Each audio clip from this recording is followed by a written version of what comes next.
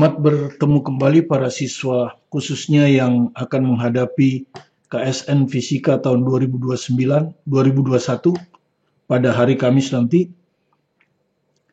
Kita lanjutkan pembahasan kita pada dinamika ya, tapi ini kayaknya dinamika partikel, dinamika benda tegar ada satu soal. Jadi saya kasih judul saja dinamika. Kita bagi juga dua part. Ini adalah yang part pertama, 4 soal.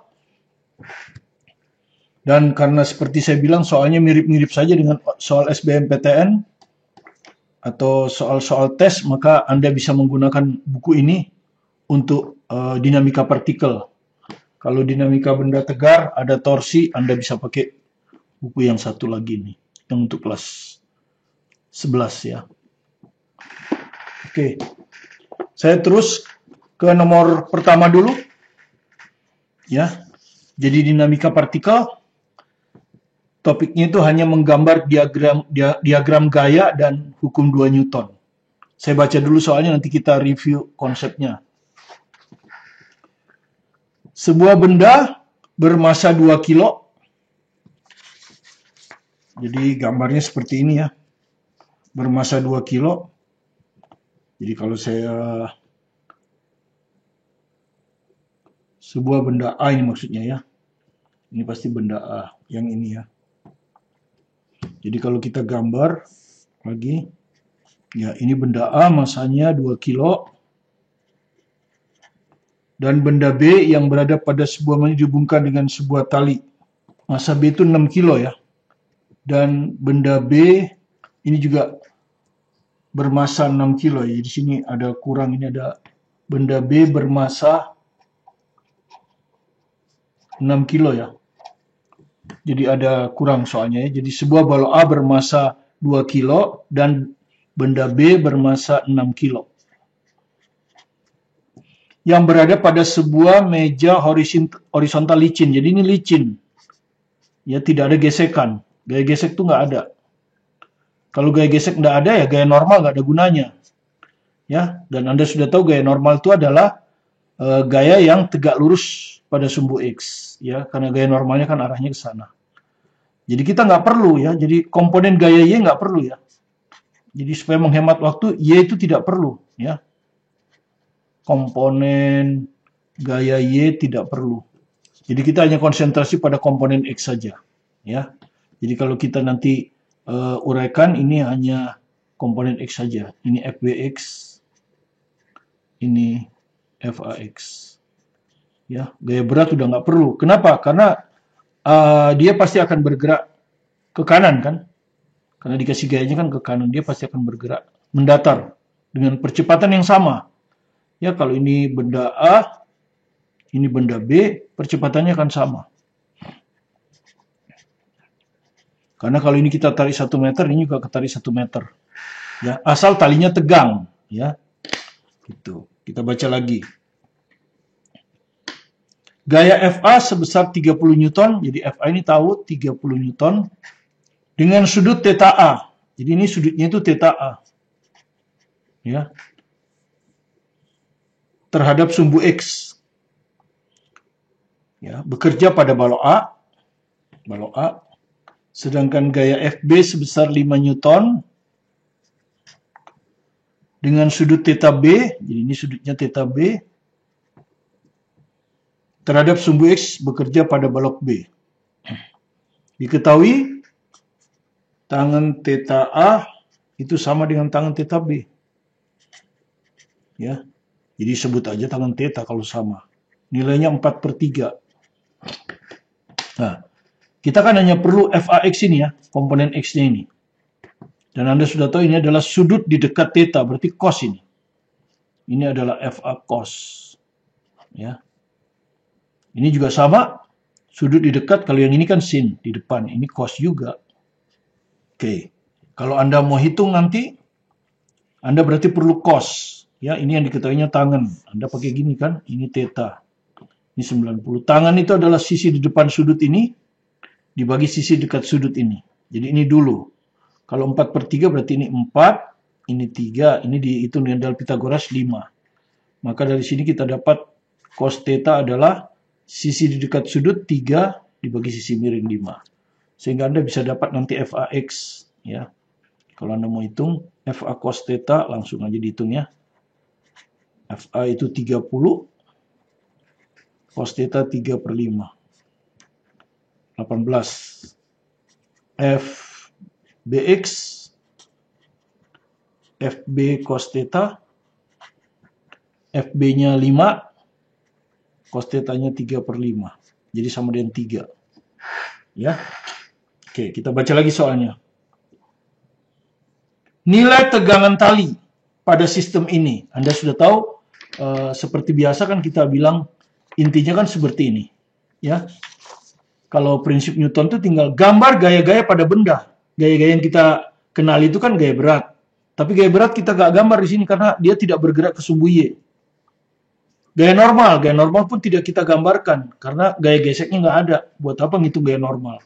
Gaya normal itu kan untuk ngitung gaya gesek. Gaya geseknya juga nggak ada karena licin. Nah, tegangan tali ada. Jadi di sini hanya tegangan tali yang kita gambar, yang punya komponen gerak. Karena tegangan tali di sini kan, Anda sudah tahu ini tegangan tali akan ada di sini T, di sini juga T. Ya, selalu tarik menarik begini. Nah, yang ditanya itu berapa KT itu? Ya, berapakah tegangan tali T itu? Ya, biasanya kalau percepatannya sama, kita boleh tinjau seluruh sistem dulu, ya, untuk bisa menghitung percepatannya. Jadi kita tinjau seluruh sistem ini, karena percepatannya sama ya. Kalau percepatannya tidak sama nggak boleh. Tapi ini kan percepatan A sama dengan percepatan B kan, sama-sama A, sama-sama ke kanan, jadi arah ke kanan plus, ya. Dan perhatikan gayanya hanya ini ya, T FAX, T FBX, dan T dengan T ini saling meniadakan, jadi diacukan saja.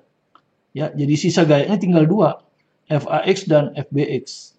Ini ke kanan plus, ini ke kanan juga plus. Jadi FAX dan FBX saja. Ya. Jadi Anda tinjau A dan B sebagai satu sistem, sehingga sigma F A dan B itu tentu akan sama dengan masanya juga harus digabung karena percepatannya sama. Arah ke kanan plus, ya. Tegangan tali saling hilang kan, ini plus. Ya kalau mau dimasukkan juga nggak apa-apa lah ya. Plus FAX. Ini plus T. Oke, ini adalah sistem kita di A. Ditambah sistem kita di B ini. Ini ke kiri min kan? Min T, ini ke kanan plus FBX. Sama dengan MA plus MB. 2 ditambah 6, 8A. Jadi kalau Anda lihat T-nya hilang. Nah, FAX masukkan 18 ditambah 3 sama dengan 8A. Jadi dari sini kita dapat A-nya 21 bagi 8. Oke. Nah, sekarang untuk mencari tegangan tali, berarti kita tidak boleh ninjau seluruh sistem. A saja atau B saja. Oke. Misalnya Anda mau A saja. Ini berarti kan. Sekarang tinjau A saja. Dengan fokus menghitung T kan. Dengan fokus menghitung T. Ya, arah ke kanan plus. Karena arah gerak ya. Kita sudah ambil. Jadi sigma F pada A saja tentu akan sama dengan massa A saja kali percepatan. Ini ada berapa gaya? 1 plus T. Ya, ini plus kan. Plus FAX, hanya ada 2 ya, T dan FAX. Sama dengan MA 2 kali A 21/8. Nah, maka tegangan tali sama dengan 4, ya 21/4 dikurang FAX. FAX-nya berapa? 18. Nah, kalau Anda lihat ini hanya 5, ini 18, jadi hasilnya negatif. Tegangan tali tidak mungkin negatif. Kalau tegangan tali negatif itu artinya ketika kita seret ini, A-nya lebih cepat daripada B. Percepatan A lebih cepat daripada B, sehingga dia kendor. Ya. Kalau percepatan A lebih besar dari percepatan B, ya ini nanti akan kendor. Nah, kendor begini. Ya, akan kendor. Nah, kalau kendor, talinya tidak tegang. Ya, jadi kendor. talinya tidak tegang. Padahal kita kan asumsikan kalau mau bergerak bersama-sama harus tegang. Jadi demikian tegangan tali sama dengan 0. Ya, jadi tidak mungkin negatif jadi 0. Jadi Anda isikan 0 di sini. Seperti itu. Sekarang kita ke soal nomor kedua. Ya, dinamika partikel. Karena katrol ukurannya diabaikan. Ya. Kalau katrol ukurannya tidak diabaikan itu dinamika benda tegar. Ya. Nah, kemudian masalahnya sama dengan tadi, kita harus kenal gaya-gaya apa saja yang bekerja pada benda A dan benda B. Ya, sedangkan katrol hanya berfungsi sebagai penerus gaya. Kenapa? Ya, penerus gaya aja, karena tidak ada berputar. Jadi kalau di sini T, dia teruskan T, di sini juga diteruskan T. Ya, penerus gaya. Jadi lebih simpel. Ya. Nah, sekarang kita baca soalnya sambil kita gambar ya. Dua buah balok A dan B dengan massa 5 dan 10. Jadi MA itu 5, MB itu 10. Terhubung dengan seutas tali yang melalui dua katrol licin. Jadi katrolnya hanya meneruskan gaya. Ya, seperti pada gambar. Balok A berada pada meja horizontal. Licin. Jadi ini tuh meja. Ya, ini meja licin. Apa artinya? Gaya gesek nggak ada gunanya. Ya, kalau gaya gesek nggak ada gunanya, sementara ini arah geraknya horizontal, ya berarti tidak perlu gaya vertikal, gaya normal tidak perlu, dengan demikian gaya MG juga tidak perlu, karena tidak mempengaruhi gerak ya. Jadi untuk MG di sini nggak perlu, tapi kalau MG di sini jelas perlu, karena dia geraknya vertikal, ya. Ini jelas perlu ini kan gitu. Dan ditarik oleh sebuah gaya horizontal nih, gaya horizontal. 143 Newton. Ya, karena dia ditarik ke kiri ya kita anggap aja arah ke kiri ini positif. Gitulah. Ya, biar nggak ada urusan dengan negatif. Jika percepatan gravitasi, hati-hati gravitasinya bukan 10 ya, 9,8. Maka besar percepatan benda B. Percepatan benda B, tapi sama dengan percepatan benda A ini. Kenapa sama? Ya bayangkan aja, kalau ini Anda tarik 1 meter, ya ini akan mulur 1 meter, ini akan naik 1 meter. Artinya percepatan A sama dengan percepatan B. Nah, kalau percepatannya sama boleh digabung. Ya, boleh digabung. Jadi kita boleh gabung benda A dan B. Ya, jadi kita boleh tinjau benda A dan B.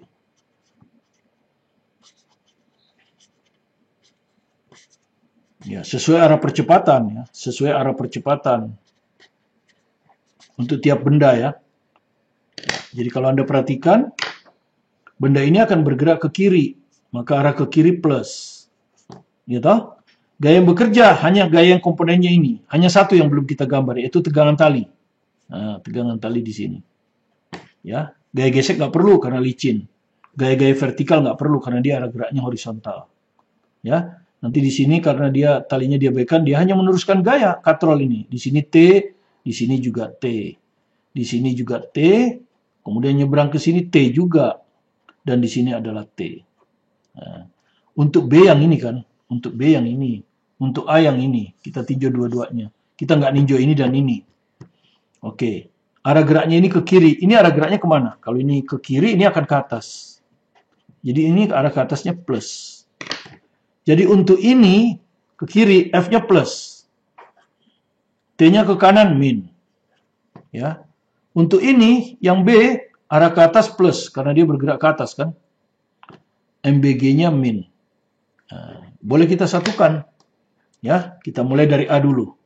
A dulu. Hanya ada 2 ya, plus F. Jadi kita kalau tulis begini. Sigma F, A dan B. Dalam arah gerak ya.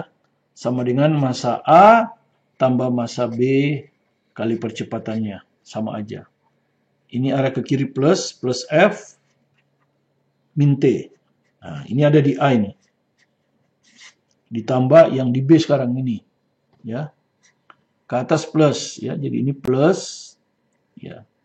Plus T. Min MBG. Nah, sama dengan MA tambah MB. 15. A. Anda lihat. Tegangan talinya hilang. Tinggal masukkan. F-nya berapa? 143. 143. Kurang MB kali G ya, MB-nya 10, kali 9,8, 98. Sama dengan 15 kali A. Ini kalau kita hitung berapa ini? 3 kurang 45 ya. 3 kurang 8, 5, 13 kurang 9, 4. 45 bagi 15, jadi A-nya sama dengan 3. Nah, sudah ketemu A-nya. Tapi yang ditanya bukan A kan? Ya. Oh iya, A yang ditanya tuh. Besar percepatan benda B. Saya kira yang ditanya tegangan tali. Besar percepatan benda B. Udah ketemu 3. Ya, jadi Anda isi 3 di sini. Nah, mudah kan? Konsepnya selalu sama. Anda hanya gambar gaya-gaya pada benda. Gaya berat, gaya normal, gaya gesek, gaya tali. Tapi kalau kita sudah tahu arah geraknya hanya ada pada sumbu X, ya, dan di sumbu Y kita tidak perlu hiraukan karena gaya geseknya tidak ada, licin. Ya, maka kita hanya gambar gaya ini saja kan. Gaya berat nggak perlu karena dia tidak bergerak ke atas ke bawah. Tapi kalau di sini perlu, ini kan dia bergerak ke atas ke bawah. Kemudian terus tinggal pakai hukum 2 Newton. Kalau digabung bendanya ya sigma Fx untuk AB ya ini seperti ini. Kalau sendiri-sendiri seperti ini. Ya, konsepnya sama. Oke, sekarang kita ke soal berikutnya nomor 3. Ya, dinamika partikel. Masih diagram gaya, hukum 2 Newton, persamaan gabung dengan persamaan gerak lurus berubah beraturan. Ya, tadi sudah persamaan gerak lurus berubah beraturan tadi sudah kan ya. Persamaan gerak lurus berubah beraturan sudah tadi ya, ada 3 itu ya. Ini ya, gerak lurus berubah beraturan itu ya. Ada percepatannya tetap, ada 3 persamaan. V sama dengan V0 plus AT. Ini persamaan perpindahannya dan ini hubungan antara V dan delta S, AS. Nah, kita akan menggunakan persamaan ini nanti ya. Karena yang diketahuinya A, delta S, V dan V0. Waktu tidak. Ya, ini yang akan kita pakai nanti. Oke. Kita baca soalnya sambil kita sketsa ya. Sebuah balok bermasa 4 kilo ditarik menggunakan gaya konstan sehingga mendaki bidang miring licin yang tetap. Oh, berarti ini ada bidang miring. Ya. Seperti ini. Mendaki berarti bendanya dari sini. Ya, ditarik ke atas sini. Kan gitu. Ditarik menggunakan gaya konstan sehingga mendaki bidang miring licin. Nah, bidang miringnya licin. Sekali lagi nggak ada gesekan ya. Tidak ada gesekan. Jadi F itu tidak perlu. Nah, kalau nggak perlu, gaya normal juga nggak perlu digambar ya. Kalau untuk ukuran gaya nggak perlu digambar. Ya. Gaya yang digunakan untuk menarik balok tersebut sejajar dengan permukaan bidang miring. Nah, sejajar berarti gaya yang gaya dikerjakan itu sejajar ya, supaya ini kita bilang aja P, gaya P gitu ya. Gaya P. Dan besarnya 21,6. Jadi besar P itu 21,6. Gitu Newton. Bidang miring tersebut membentuk sudut 30 derajat terhadap horizontal. Jadi ini theta ini 30. Gitu loh ya. Jika percepatan gravitasi 9,8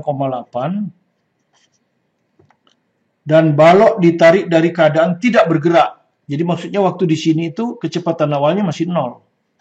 Gitu ya. Taruhlah ini titik posisi A. Kelajuan balok setelah mendaki bidang miring. Jadi dia pergi setelah mendaki bidang miring di sini sekarang. Nah, ini posisi akhirnya. Kalau ini kan posisi awal. Diam kan? Setelah mendaki bidang miring sejauh 2 meter. Jadi ini ke sini itu 2 meter. Berapa? Ya, kelajuan balok ya. Nah, di sini ada kelajuannya. VB-nya ini berapa? Ya, jadi yang ditanya itu V di B nih. Ya. Nah, kelajuan akhir. Nah, ini ada 2 cara menyelesaikannya. Cara pertama, Anda menggunakan konsep gaya. Ya. Nanti kita akan selesaikan juga cara kedua. Pakai konsep usaha oleh gaya non-konservatif sama dengan perubahan energi mekanik. Nah, dua-duanya akan kita pakai. Kita akan pakai cara pertama dulu yang sudah Anda kuasai. Nah, apa keuntungannya? Kalau cara pertama Anda harus gambar gaya-gaya. Kalau cara kedua Anda nggak perlu menggambar gaya. Ya. Jadi lebih sederhana. Kalau menggambar gaya, kalau salah, Anda atau kurang, jawaban Anda akan keliru. Oke, sekarang kita gaya-gaya ya. Karena ini bergeraknya bidang miring, jadi kita hanya perlu gaya-gaya dalam arah bidang miring. Ya, hanya perlu gaya-gaya dalam bidang miring. Ya, tidak perlu gaya normal. Di sini kan sebetulnya ada gaya normal kan? Ya, di sini sebetulnya kan ada gaya normal kan? Miring membentuk sudut 90, nggak perlu. Nah, tapi kalau MG perlu, karena MG punya komponen ya, misalnya saya ambil gini ya. Ini MG. Dia ada komponennya kan? Komponen ke arah bidangnya ini kan? Ini ke arah bidangnya ini. Dan kalau Anda sudah mahir, kalau theta di sini, theta akan lari ke sini. Ya, kenapa? Karena kalau ini 30, ini 60 kan? Yang 30 yang ini. Ya, dia akan lari di situ. Ya, kalau sudah biasa ya, maka yang di depan ini selalu MG sin. Ya, asal sudut kemiringannya itu pasti ini MG sin, yang ini MG cos. Tapi MG cos nggak perlu kita gambar. Kenapa? Karena MG cos untuk menghitung gaya normal. Sementara gaya normal untuk menghitung gaya gesek. Padahal gaya geseknya nggak ada. Ngapain digambarkan? Gitu. Jadi cukup ini aja gaya di sini. Sudah ya? Ya, hanya dua gaya ini aja. Ya, kemudian Anda setelah menggambar, sudah tahu dua gayanya, Anda pakai hukum Newton kan? Kan gitu. Sigma F di arah bidang ya, sejajar bidang aja, kita sebut sejajar gitu ya. Itu akan sama dengan massa kali percepatannya. Nah, arah ke atas plus kan, maka ini akan plus, ini akan min. Jadi plus P, min ini, min MG sin theta, ya sin 30. Ya, sin 30 itu setengah ya. Ya, akan sama dengan M kali A. Nah, dari sini Anda bisa hitung A. Baru nanti kita kombinasi dengan rumus gerak lurus berubah beraturan ini. Ya, untuk menghitung V-nya kan. Kan kecepatan yang ditanya. Jadi mudah saja. Ya, masalahnya di sini. Oke. Sekarang kita masukkan P berapa? 21,6 dikurang M-nya 4, ya. G-nya 9,8, sinus 30-nya setengah. Sama dengan M-nya 4 kali A. Nah, ini kalau Anda hitung kan bisa dicoret ini. 2 kali 98 kan 19,6. 21,6 kurang 19,6 itu 2. Jadi 2 sama dengan 4A. Jadi dari sini kita dapat A-nya setengah. Nah, sudah itu baru Anda gunakan rumus itu tadi, GLBB tadi. Ya, hubungan V, A, dan S.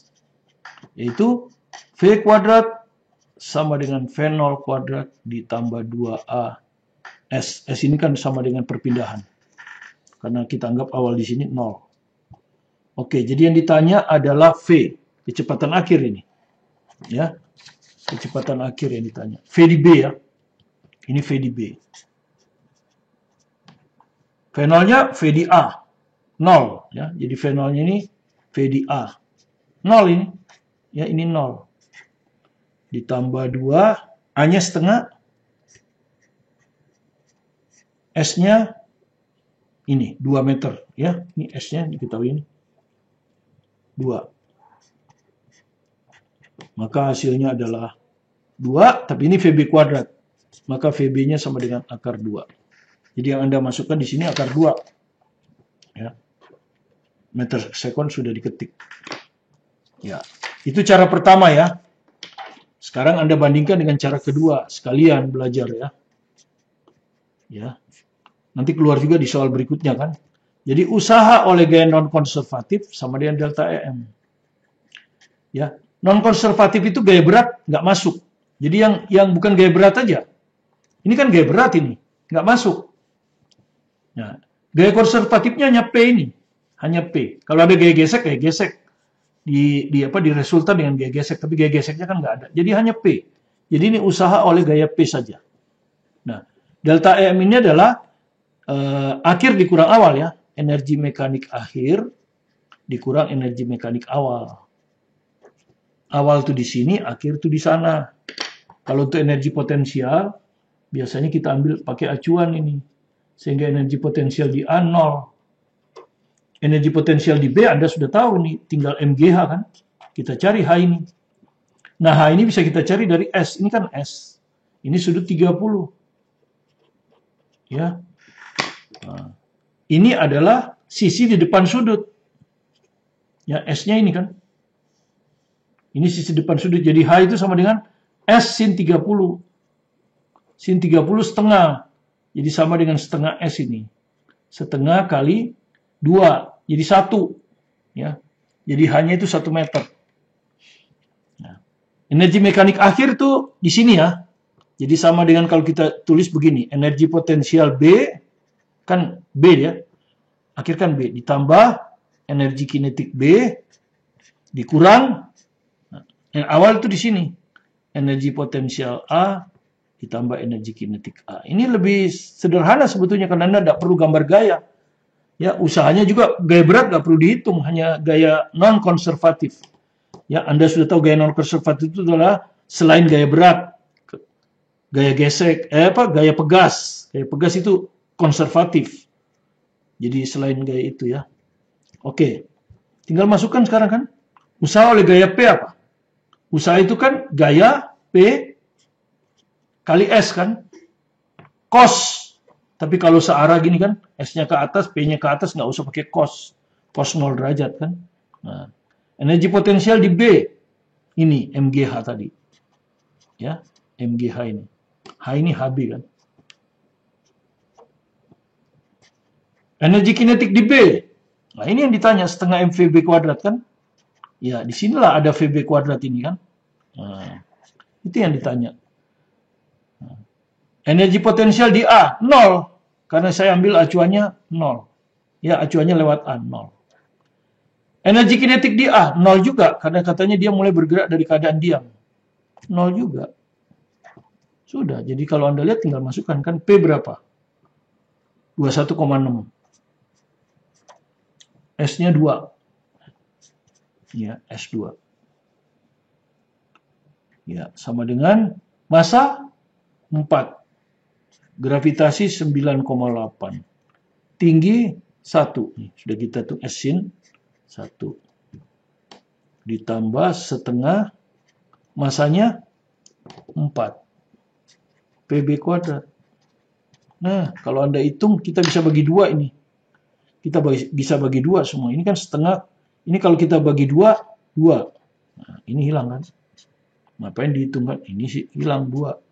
Nah, setengah kali 2, 1 kan. Jadi ini sisa VB kuadrat. Nah, ini 21,6. Ini pindah ke kiri. 19,6. Ini 2. 2 sama dengan VB kuadrat. Ya, sama jawabannya. VB sama dengan akar 2. Ya. Saya kasih alternatif Anda ya.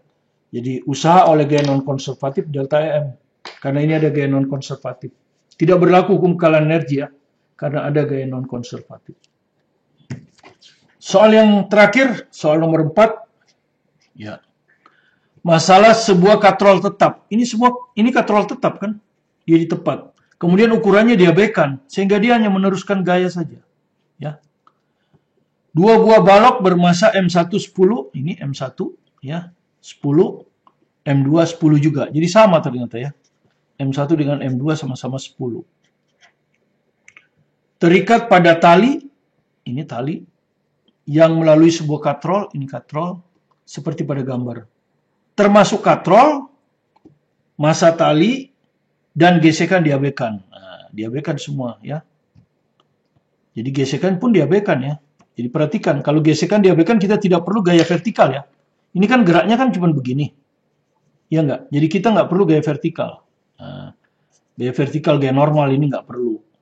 Ya, gaya vertikal di sini, gaya normal, nggak perlu. Karena nggak ada gaya gesek. Jadi yang ada cuma gaya berat. Jadi kalau mau kita gambar juga, yang ada cuma gaya berat di sini. Ya, ini M1G. Terus diuraikan kan. Jadi begini. Dan Anda sudah tahu ini nanti sin kan. Seperti tadi, ini akan jadi M1G sin alpha 1. Ini juga begitu. Nanti kita uraikan. Nggak apa-apa digede-gedein aja supaya nggak berimpit dengan ini kan. Ini M2G.